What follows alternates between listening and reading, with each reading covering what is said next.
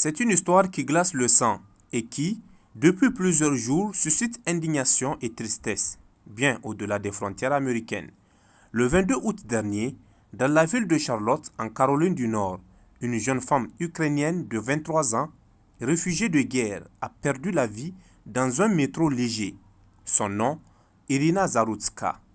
Elle avait quitté son pays natal pour fuir les bombardements, laissant derrière elle une vie bouleversée par le conflit. Comme des milliers d'autres, elle cherchait la paix et la sécurité à l'étranger. Mais c'est dans un train, à des milliers de kilomètres de Kiev, qu'elle a trouvé la mort, dans des circonstances dramatiques. Les faits se sont déroulés peu avant 22 heures, à bord du Lynx Blue Line, le métro léger de Charlotte. Les passagers étaient plongés dans la routine d'un soir ordinaire lorsque soudain, un homme, jusque-là assis parmi eux, s'est levé sans un mot, sans provocation. Il s'est dirigé vers Irina.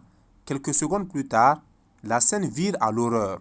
L'individu sort un couteau et s'acharne sur elle sous les regards médusés et impuissants des témoins.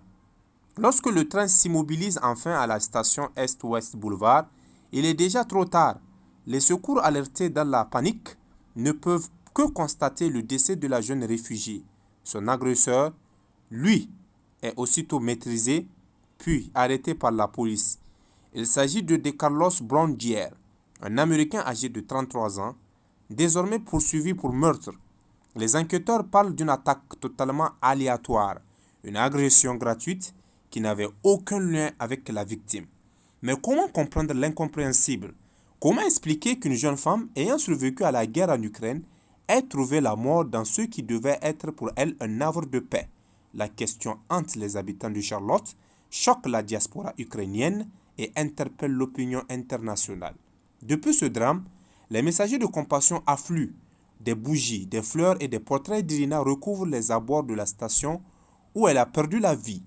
Les associations dénoncent une nouvelle fois l'insécurité croissante dans les transports publics américains, tandis qu'en Ukraine, ses proches déjà meurtris par la guerre doivent désormais faire face à une tragédie d'une brutalité inouïe. Irina Zarutska est devenue malgré elle un symbole, le symbole de l'innocence brisée, de la violence absurde et des vies déracinées par la guerre, qui trouvent parfois la mort loin du front. Son histoire pose des questions. Sommes-nous réellement en sécurité dans nos espaces publics qui protègent les plus vulnérables?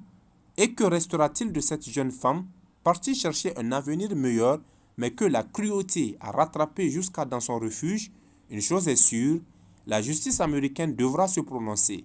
Mais pour ses proches, pour sa communauté et pour tous ceux qui croyaient en un lendemain plus apaisé, rien ne pourra combler le vide laissé par la disparition tragique d'Irina Zarutska.